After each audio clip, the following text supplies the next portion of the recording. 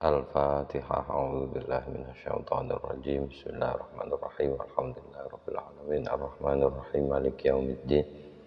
Iyyaka na'budu wa iyyaka nasta'in. Ihdinas shiratal mustaqim. Shiratal ladzina an'amta 'alaihim ghairil maghdubi 'alaihim waladdallin. Amin. Bismillahirrahmanirrahim.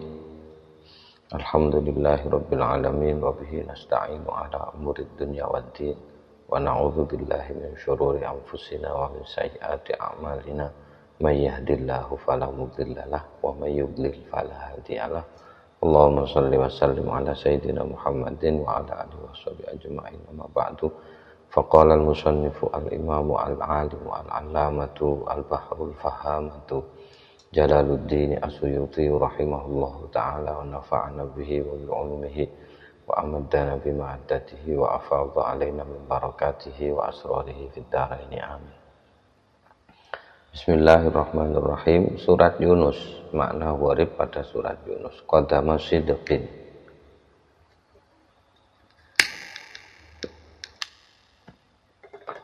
Makna aslinya ya telapak kaki kebenaran. Tetapi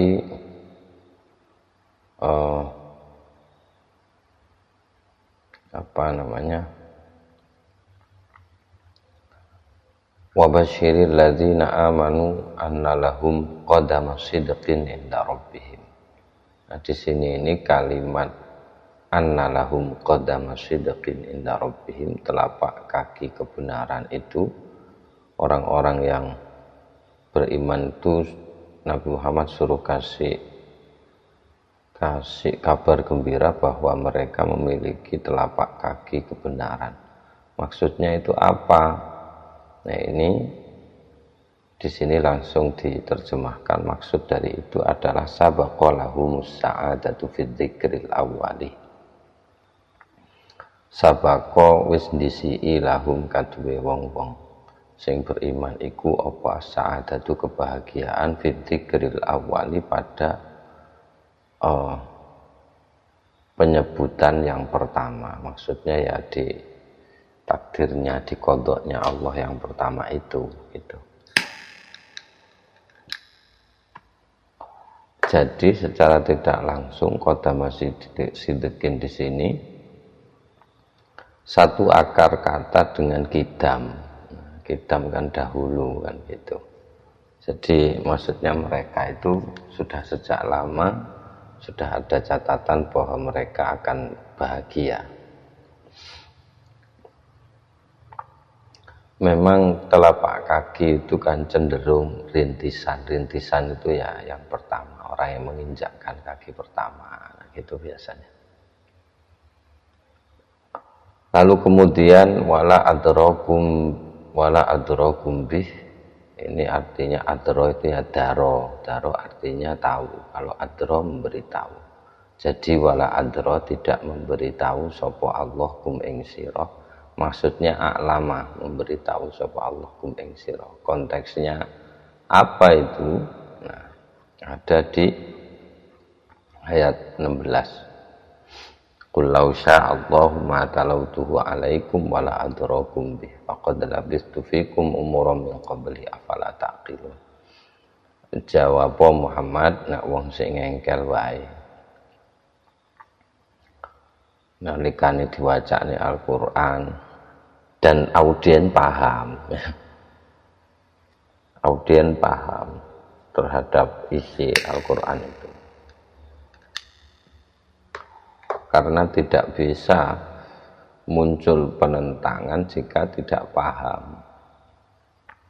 Jadi orang Pak Arab itu paham terhadap apa yang disampaikan itu oleh Al-Quran itu mereka paham. Tapi mereka menolak. Nah, jika mereka masih seperti itu ya ngomong Muhammad. Andaikan Allah berkehendak, aku enggak akan bacakan Al-Quran padamu dan Tuhan pun enggak akan memberitahu kalian tentang Al-Quran. Faqad labistu fikum umuran min qabli. Aku lak wis suwe to ana ndek antarane awakmu kabeh wis 40 tahun. Lagi iki awe untuk wahyu toko Allah kon nyampekno Al-Qur'an. Afala ta'qilun, mosok yo kowe ora ndek utek. Mosok yo kowe ora mikir. Gitu konteksnya. Lalu tarhaquhum, tahsyahum, tarhaku ini makna aslinya rohaqo yarhaqu itu mencucurkan. Kayak makna haroko hampir sama. Jadi rohaqo haroko itu hampir sama. Jadi ini makna aslinya.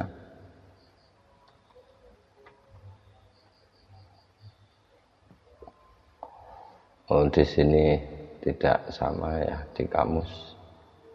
Mohon maaf. Kalau di kamus itu maknanya ada bodoh, tolol, rohiko, yarhaku. Ada yang bermakna lalim, ada yang bermakna bohong atau dusta. Nah, di sini langsung dikasih makna pahamnya, makna yang dapat dipahami. Maksudnya tarhaquhum dzillah. Pada ayat 27 surat Yunus itu tahsyahum, tegese menutupi mereka, meliputi mereka. Wasya, ya menutupi. Hisyawatun, ya itu sama dengan itu. Wa ala absarihim hisyawatun. Wasya itu menutupi kayak gitu sehingga mereka nggak bisa melihat dengan benar lagi. Kalau tarhaquhum dzillah, mereka ditutupi oleh kehinaan sehingga mereka nggak bisa melihat kemuliaan. Jadi di ayat ke-27 ini kata rohaqo yarhaqu langsung diartikan tahsyah, menutupi. Wa tarhaquhum dzillah walladzina ay walilladzina kasabu sayyiati jazaa'u sayyi'atin bimithliha wa tarhaquhum dzillah.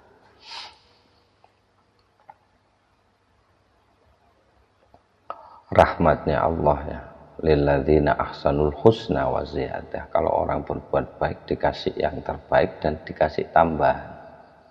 Wala yarhaqu wujuhahum qataru wala dzillah, dan wajah mereka tidak ditutupi oleh qatarun, iqtar, mungkin wujud wajah melas itu, miskin.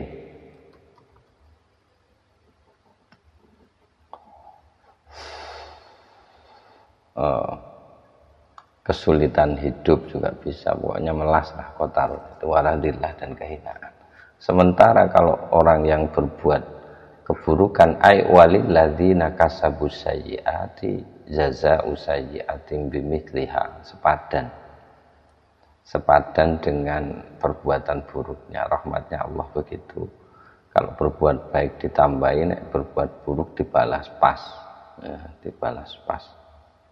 Mungkin ada banyak diskusi ini, ada ahsanul husna, alladzina ahsanu, terus yang di bawahnya itu kasabus sayyi'ah. Kata kasabanya itu yang menjadi kunci dari apa namanya kasab. Jadi bima kasabat aidinas, tidak bima amilat, tidak bima fa'alat. Jadi kasabah, jadi ada di kasab itu kata kuncinya, itu luas sekali saya kira. Tapi di sini yang ingin disampaikan tarhaquhum itu tahsyahum gitu. Lalu kemudian Asim, ayat selanjutnya itu ya. Malahum minallahi min asim, dan mereka tidak ada yang melindungi dari Allah. Kalau Allah sudah kadung menimpakan bahaya pada mereka, mereka tidak punya asim. Asim itu diterjemahkan mani'in, pelindung, pencegah. Maksudnya ya yang melindungi mereka, mencegah bahaya dari mereka, dari menimpa mereka. Tidak ada yang bisa kalau sudah Allah memberi mereka bahaya gitu. Lalu kemudian jauh ke ayat 61 ini. Ke ayat 61 langsung, wa ma takunu fi sya'nin, konteksnya idzu fi dzunafi.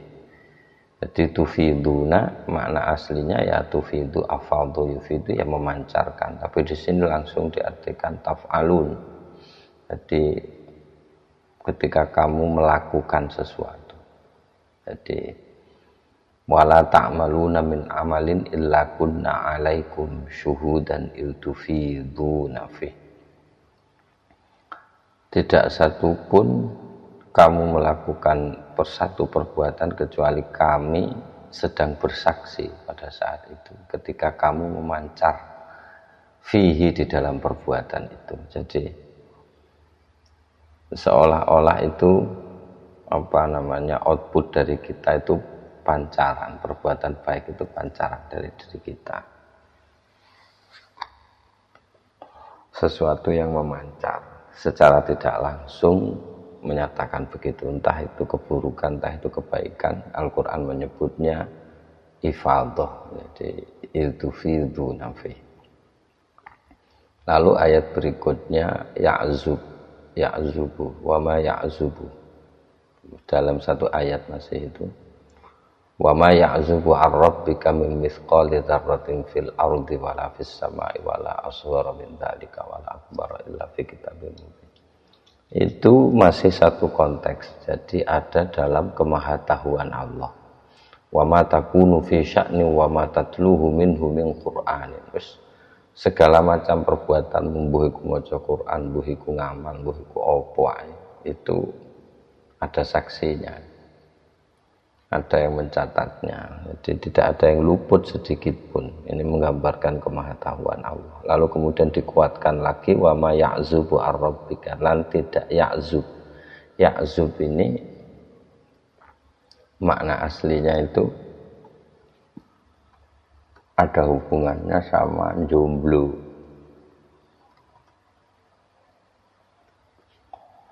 Jadi azaba ya'zubu uzbatan, uzuban dan uzubatan itu artinya membujang, tidak kawin.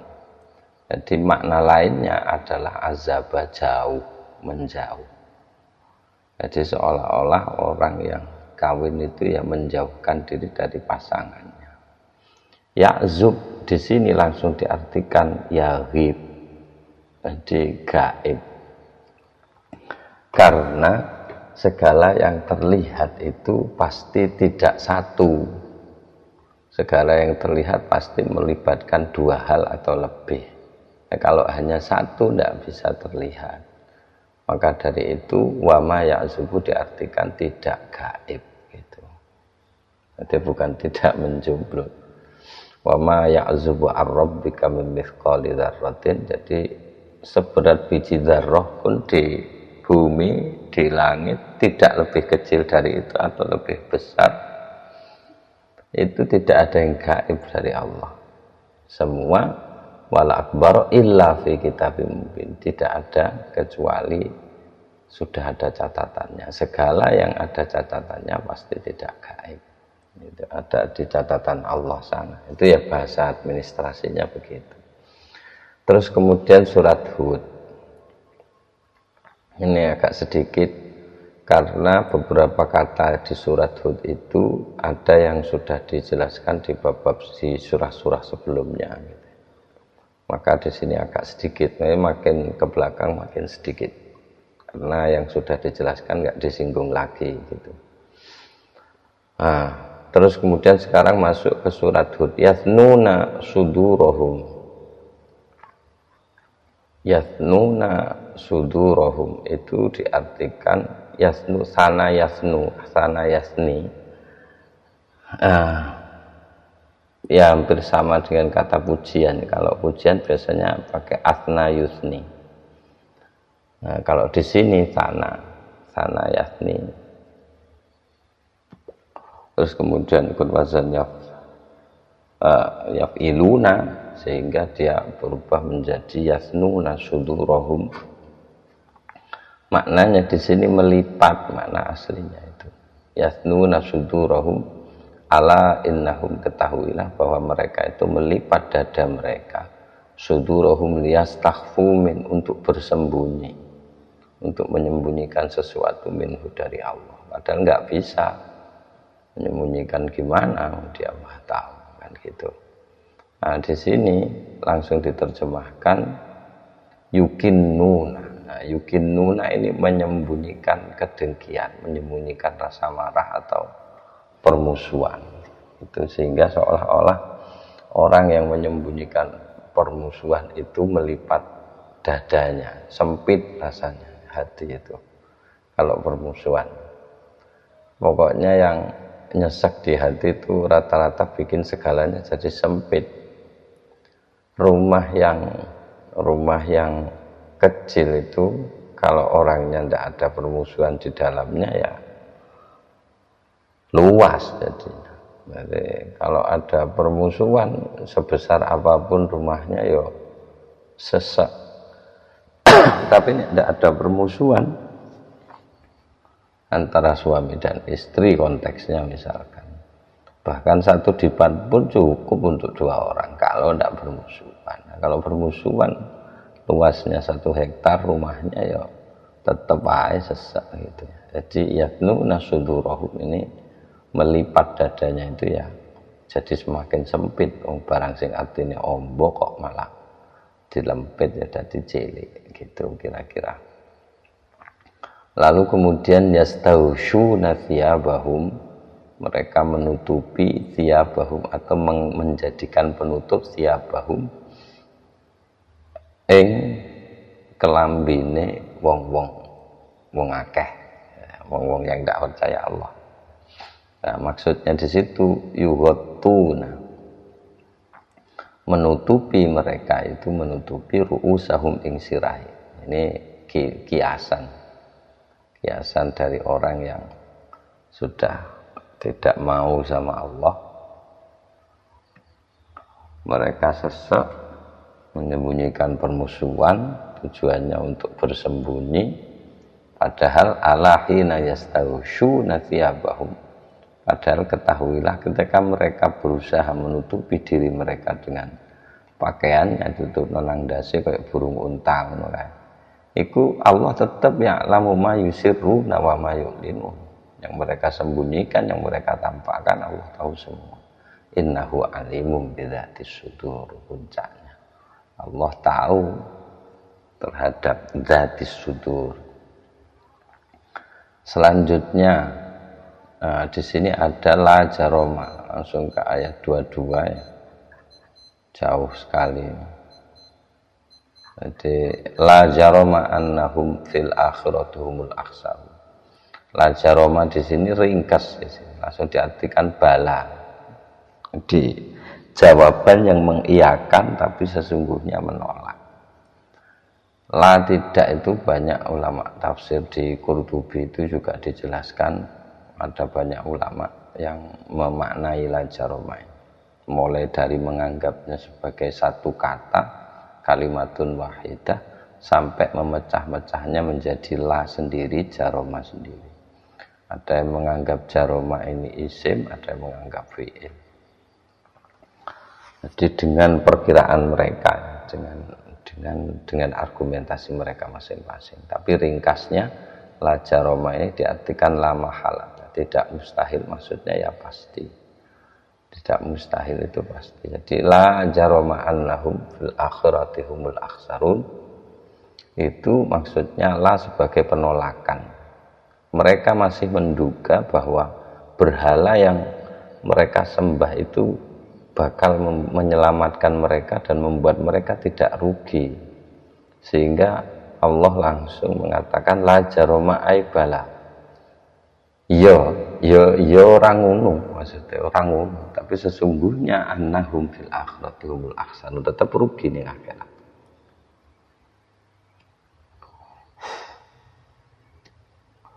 Begitu. Kalau orang-orang yang sebaliknya yang mau menerima Al-Quran, mau menerima Allah, itu ya innalladzina amanu wa amilus sholihat wa akhbatu ila rabbihim. Jadi sisi lahir dan sisi batinnya itu. Nah, terus kemudian kata berikutnya di sini wa akhbatu. Akhbatu diartikan khofu. Khofu artinya takut. Kalau makna yang di kamus-kamus itu akhbatu diartikan khusyuk. tunduk khusyuk. Kalau khobatannya itu tidak pernah digunakan dalam bentuk selain fi'il rubai akhbata. Kalau al-khobatu, akhbatun, khubutun itu tanah yang datar, yang luas gitu. Jadi sebagai kebalikan dari yang ayat yang awal tadi, yathnuna sudurahum, yang sempit itu dadanya. Kalau al-khob, ya, dan itu ciri dari orang yang tidak mau beriman. Sementara yang beriman, Allah mensifatinya, Al-Quran mensifatinya sebagai akhbatu, bersikap seperti tanah yang lapang. Maknanya mungkin begitu. Jadi khusyuk, tunduk, menerima segalanya untuk tumbuh, mungkin begitu ya. Jadi di sini tapi diringkas maknanya, maksudnya itu ya khofu gitu. Langsung diartikan khofu ya. Terus kemudian ayat berikutnya, ayat 40, faratan nur. Faro ini artinya naba'ah.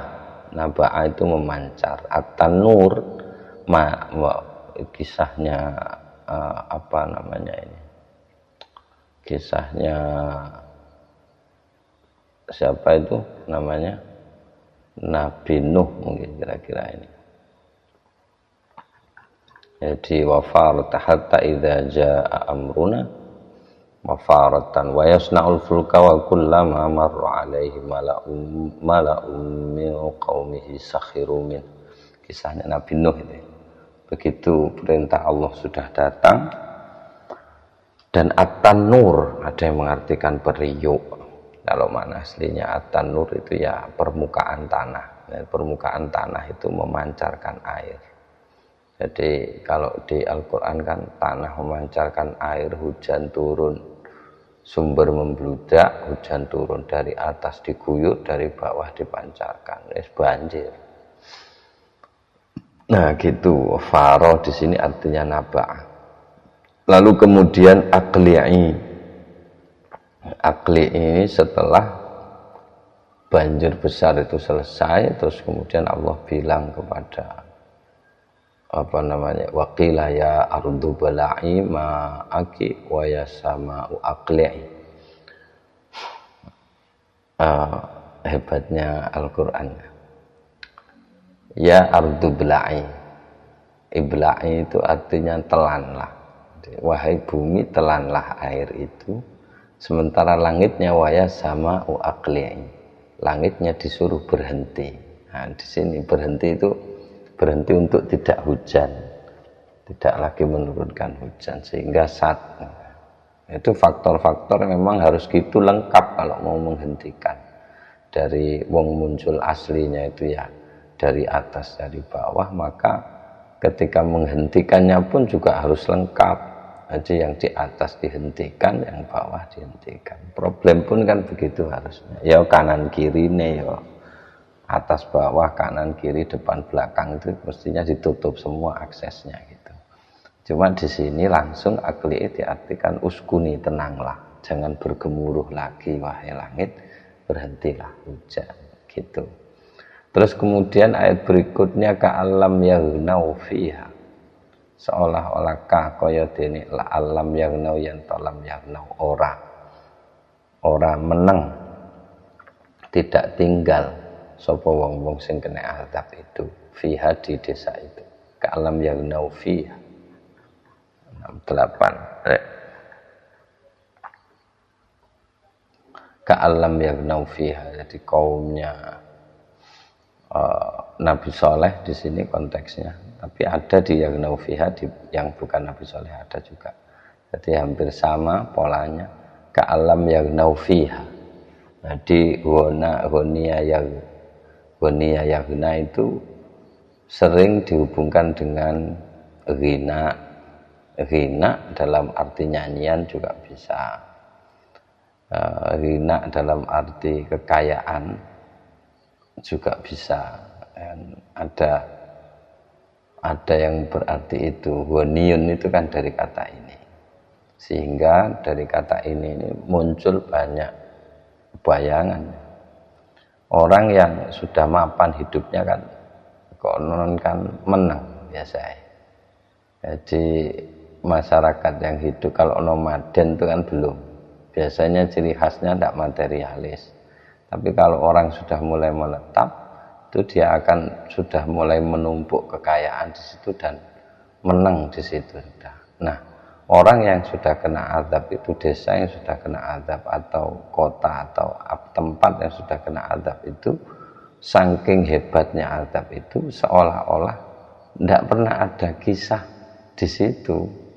Seolah-olah tidak pernah ada orang yang menetap di situ, resik-sik. Kaumnya Nabi Soleh itu resik-sik di situ, tidak ada bekasnya.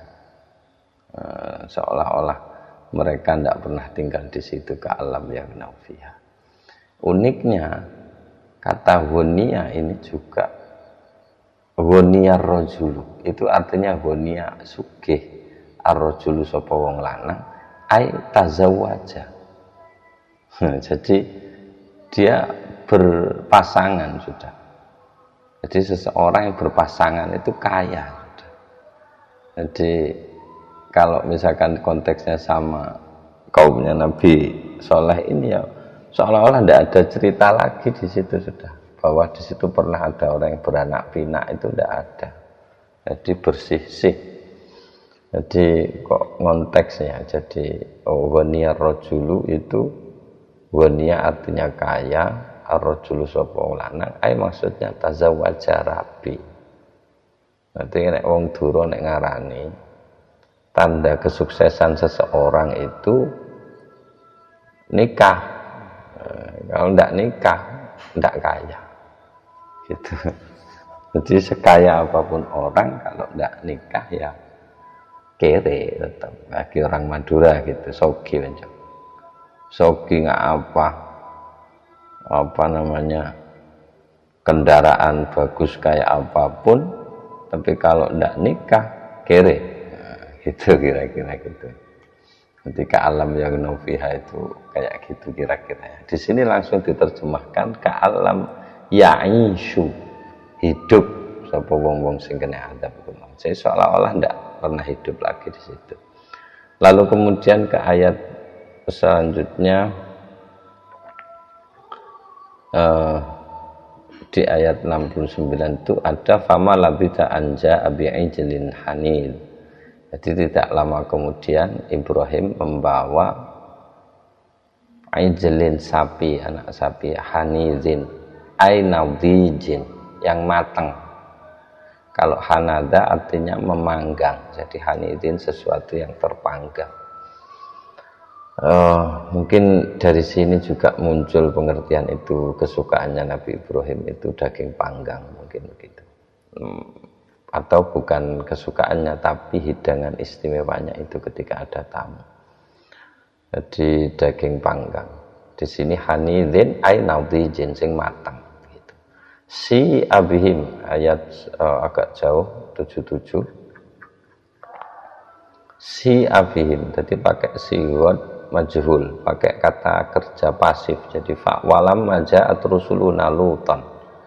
Ketika utusan kami sudah mendatangi Nabi Lut, nah, si abihim, si adigawe elek, opo bihim, digawe elek, opo bihim, kelawan rasul-rasul. Maksudnya ada prasangka buruk sudah. Tapi yang berprasangka di sini, dialognya Al-Quran itu nek nyifati Nabi Lut itu dimajhulkan adabnya mungkin ya. Jadi si adigawe elek sapa Nabi Lut, elek prasangkane, maksudnya bihim, sebab para rasul itu. Jadi begitu para rasul iki teko, wah ini alamat buruk ini sudah. Ini akan dihabisi ini kaum kuntar lagi. Wa dhaqa bihim dzar'an. Dhaqa itu artinya sempit sapa Nabi Lut, bihim kelawan sebab para rasul iku apa nih, dzar'an depone, depo tangan. Tangannya itu ya, depan. Nah itu apa namanya, bihim di sini yang ingin diterjemahkan si a-nya itu ya, yang ingin diterjemahkan itu si abihim itu maksudnya sa'a, wis elek sapa Nabi Lut apa nih, zonan, dugaannya biqaumihi, terhadap kaumnya. Jadi Jadi dia sudah berpikir buruk sudah. Jadi koyok jane ya ora apa-apa berpikir buruk itu. Nek bahasanya Mas Aristoteles positive thinking musik mungkin ada dasarnya dari sini ini. Jadi wajar, itu hal wajar. Nah, ada sesuatu yang mengkhawatirkan tetapi kita tidak berpikir buruk, tetap berbaik sangka aja, itu ya memper itu. Kehati-hatian orang itu sesungguhnya adalah suudzon.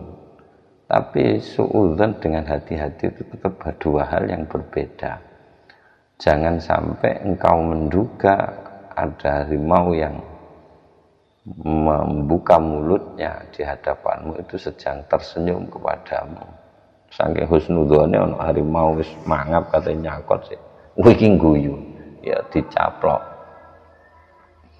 Kira-kira begitulah efeknya selanjutnya setelah si abihim ini pakai sigot majhul. Adab Al-Quran kalau nyeritakan yang jelas ada rahasia-rahasia yang saya nggak tahu ya, dugaan saya pasti ada rahasianya. Kalau di ilmu nahwu kan dimajulkan itu dibentuk pasif itu kan ada banyak faktor. Ada kalanya karena pelakunya subjeknya sudah diketahui, ada kalanya memang tidak diketahui, ada kalanya memang tidak dianggap penting gitu. Yang penting ya si abihimnya itu gitu. Doko, kalau doko jelas, doko ini sempit sopa Ibrahim bihim sebab para rasulnya itu ai bi abdiyafihi. Nah ini maksudnya itu bi abdiyafihi dengan tamu-tamunya Ibrahim itu. Nek wis ana tamu-tamunya Nabi Lut. Apanya yang sempit dari amdepone seolah tidak bisa gerak lagi sudah. Ini kayak gak suwi kudu ndang ngalih iki ate dinteki. Ini kaumnya Nabi Lut. Jadi waqala hadza yaumun asib. Terus kemudian Nabi Lut karena ada perasaan seperti itu beliau bilang hadza yaumun asib. Asib itu makna dasarnya asobah, kayak kemarinnya asobah kan bisa mengikat, bisa urat. Segala sesuatu yang sampai ke urat itu biasanya hal yang sulit, sehingga asibun di sini diartikan syadidun. Hadza yaumun asib, ini hari-hari yang berat sudah gitu Nabi Lut itu. Terus kemudian waja'ahu qaumuhu yuhra'una ilaihi. Kaumnya mendatanginya yuhra'una ilaihi. Ini lagi yang unik lagi Al-Qur'an. Jadi secara umum bahasa Arab ada beberapa kata yang bentuknya pasif tapi maknanya itu aktif, kayak yuhra'una ini dibikin cepat makna aslinya karena haro'a yahra'u itu cepat artinya. Jadi yuhra'un itu ahro'a mempercepat, maka yuhra'unnya dipercepat. Tapi di sini langsung diartikan yusri'una bercepat-cepat gitu. Jadi begitu ada tamu karena malaikat ini ganteng-ganteng, kaumnya datang, wah cepet-cepetan, wah ganteng ya, yes. Ini korban baru ini, yes. Padahal duduk korban ya gitu memang orang. Menduga ini objek baru, tapi ternyata itu adalah pertanda adabnya. Enggak mungkin tidak tahu subtek dia, enggak bisa membaca apa yang dibalik itu, segala sesuatu yang tampak. Bukan bagi kaumnya Nabi Lut orang ganteng ini wow, karunia besar. Tapi justru di dalam apa yang mereka sukai, disitulah akhir hidup mereka, bencana mereka ada di situ. Wa min qablu kanu ya'maluna sayyi'at. Jadi gitu. Jadi mereka begitu datang utusan malaikat kepada Nabi Lut itu mereka semenangnya bukan main. Sampai kemudian cepat-cepat datang ke sana, terus bilang, Nabi Lut bilang, saking tahu responnya mereka, dan Nabi Lut tahu apa yang akan mereka lakukan terhadap tamu-tamunya itu, yang sesungguhnya adalah malaikat yang diutus untuk menghancurkan kaumnya. Ya qaumi haula'i banati, kaum-kaumku iki lho enek anak-anakku. Maksudnya Nabi itu bilang kaumnya itu kan anak-anaknya. Putri-putri saya ini lho ayu-ayu, huna athaharu lakum, iki sing luwih sip, luwih pas, luwih suci, luwih higienis timbang wong lanang iki. Timbang lanang-lanang ganteng iki. Fattaqullaha wa la tukhzuni fi dhaifi. Wedi nang Gusti Allah, ojo ngisin-ngisino aku iki ana tamu. Alaisa minkum rajulur rasyid, kan ana wong sing ngeweki peringatan to nang awakmu saiki. Qalu laqad alimta ma lana fi banatika min haqqi wa innaka la ta'lamu ma nurid. Walah, lut koyo gak ero ae kan. Malana fi banatika min haqqin. Kan sampean wis terus aku iki gak ono syahwat blas nang arek-arek wedok ya. Wa innaka la ta'lamu ma nurid, dan kamu tahu yang ku mau. Jadi sampai ayat ini itu kata-kata laqad alimta ma lana fi banatika min haqqi wa innaka la ta'lamu ma nurid itu jadi ikon ya. Jadi ikon kalau ada orang ucapkan ini ke orang Arab mesti ketakutan. Laqad alimta ma lana fi banatika min haqqi wa innaka la ta'lamu ma nurid. Wah iki gawe iki. Wah iki LGBT mesti ngono. Arab kalau ini diucapkan ya. Kalau orang Arabnya ngerti kisahnya, ngerti ayatnya gitu. Oke, terus bikitain ini maknanya ya sepotong makna aslinya. Fa asri bi ahlika bikitain minal lail. Jadi fa asri bi ahlika bikitain minal lail.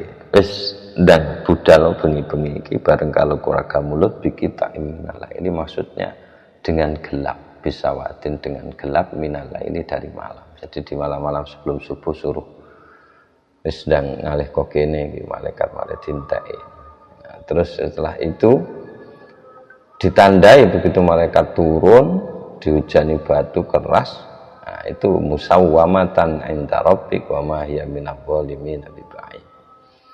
Nah, musawwamatan inda rabbik itu artinya kalau sama yasumu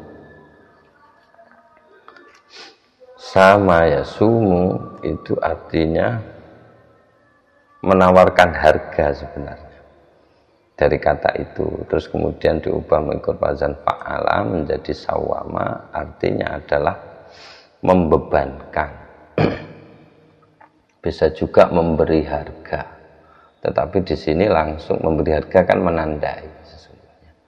Maka kemudian ya wasama, kalau wasama asli menandai, wasama ya simatan itu menandai, simatun tanda.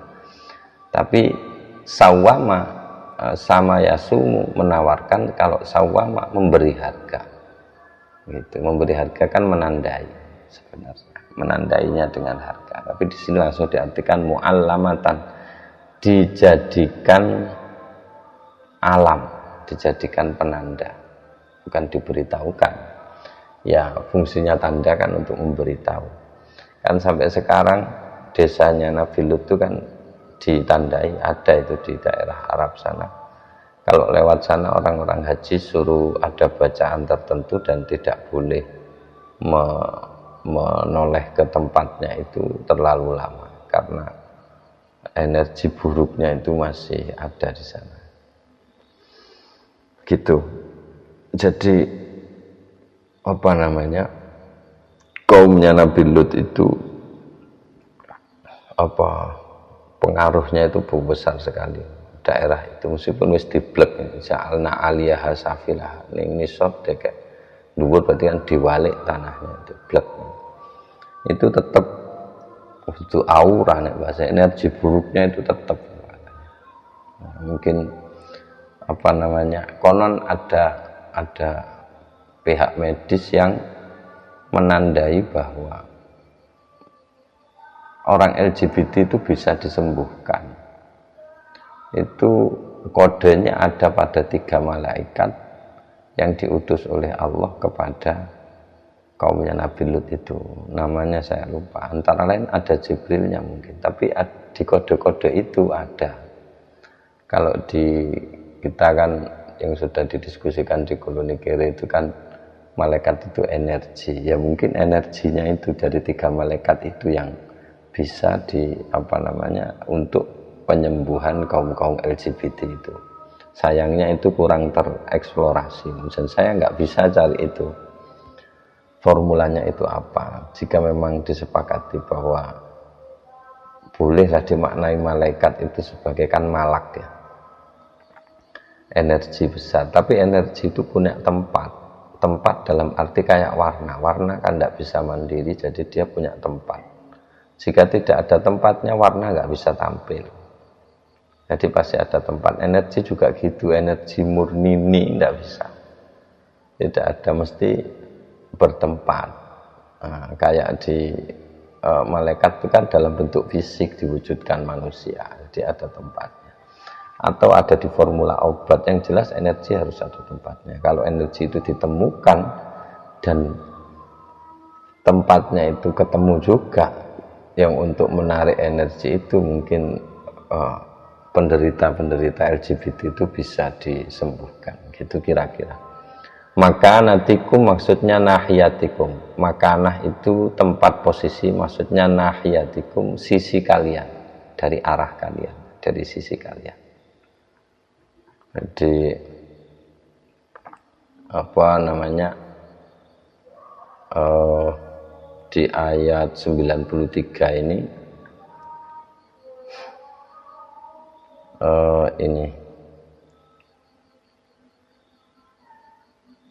ya qaumi amalu ala makanatikum inni amil. Ya, ini sudah beda kisah, ini Nabi Syuaib. Ya wis kaumku i'malu ala makanatikum, ya sudah kamu kerja saja, kamu melakukan saja berdasarkan versimu gitu, berdasarkan sisimu, versimu inni amil, aku ya podo. Saufa ta'lamuna may ya'tihi 'adzabu yukhzihi wa man huwa kadhib. Kalau Nabi Syuaib ini kan apa namanya, persoalan timbangan itu ya, kalau tidak keliru. Nggih, sik disi awes. Itu kalau kalian tidak mau diingatkan, ya udah silahkan kamu terus berbuat aja menurut versi benarmu. Aku juga akan berbuat gitu menurut versi benarku gitu. Saufa ta'lamuna may ya'tihi 'adzabu yukhzi. Nanti kalian akan tahu siapa yang kena siksa. Wartaqibu inni ma'akum raqib. Entenono wis. Aku ya padha ngenteni jajal sapa sing bener gitu. Memang pertaruhan terus ya, para nabi ya. Jadi terus kemudian alimun, ini adab, sifatnya adab di 102 ini. Jadi inna akhdahu alimun syadid, alim ya pedih. Nah, maksudnya di sini muji, menyakitkan, mujiun, menyakitkan. Lalu kemudian di ayat 106 ada zafirun sautun syadidun, itu suara hembusan nafas. Zafirun itu sautun syadidun, suara keras, ini maksudnya suara hembusan nafas gitu. Zafirahum fiha zafiru wa syahiq. Syahiqnya suara tarikannya biasanya lebih pelan, sautun dhaif, jadi suara yang lemah. Syahik ini suara tarikannya orang, jadi lebih lemah. Secara tidak langsung ini kalau ada hubungannya di buku apa nggih dengan dhisik wis, di buku itu ada tarikan itu selalu lebih lemah, jadi lebih lambat suara tarikan. Jadi di buku nafas kan memang sarannya begitu. Meskipun tidak dalam konteks itu ya, ini dalam konteks azab, bahwa orang yang ada di neraka itu, orang yang sengsara di sana itu, mereka terdengar lahum fiha zafiru wa syahid, hembusan dan tarikan nafasnya itu kedengaran. Di ayat yang lain diterangkan zafiru wa syahid itu menjadi predikat dari nerakanya. Jadi hembusan dan tarikan nafas dari neraka itu begitu keras dan menakutkan gitu. Terus kemudian wairo majdud jadza yajudu itu artinya memotong, jadi wairo majdudin, tidak terpotong, tidak putus maksudnya. Jadi wairo majdud, ataan wairo majdud, pemberian Tuhan yang tidak putus, tidak berhenti maksudnya. Wairu muqatiin, tidak terputus. Terus kemudian wala tarkanu, tarokana yarkanu artinya condong. Tapi kalau rukun justru pilar artinya. Mungkin karena pilar itu fungsinya menyangga, maka jadi harus condong. Kalau tidak condong tidak bisa. Cagak itu kan pilar juga, tapi pada satu angle tertentu dia harus condong. Ya. Walatarkanu itu jangan kamu condong. Maksudnya itu tudhinu. Tudhinu di sini bersikap lembek, lemah. Dari kata dahnun artinya minyak. Rambut yang keras itu kan diminyaki supaya lembek. Jadi duhnun itu minyak. Kalau adhana bersikap seperti minyak, jadi melembekkan. Tudhinu walatarkanu ilal ladzina zalamu. Ya. 113 ini wala tarkanu ilal ladzina zalamu, jangan bersikap lembek, jangan condong, jangan mau ikut ke sana. Ya kira-kira itu sampai di sini dulu. Sepura sing akeh muga-muga akeh manfaate, muga-muga diparingi sehat kabeh zahir batin. Surat Yusuf, wallahu a'lam bishawab. Bismillahil Fatihah. A'udzubillahi minasyaitonir rajim. Bismillahirrahmanirrahim. Alhamdulillahirabbil alamin arrahmanir rahim maliki yaumiddin. Iyyaka na'budu wa iyyaka nasta'in. Ihdinas siratal mustaqim. Shiratal ladzina an'amta 'alaihim ghairil maghdubi 'alaihim waladdallin. Amin. Bismillahirrahmanirrahim. Kalamun qadimul la yumallu sama'uhu tanazzaha an qawlin wa fi'lin wa niyatin bihi ashtafi min kulli da'in wa nuru dalilul liqalbi 'inda jahli wa hayrati.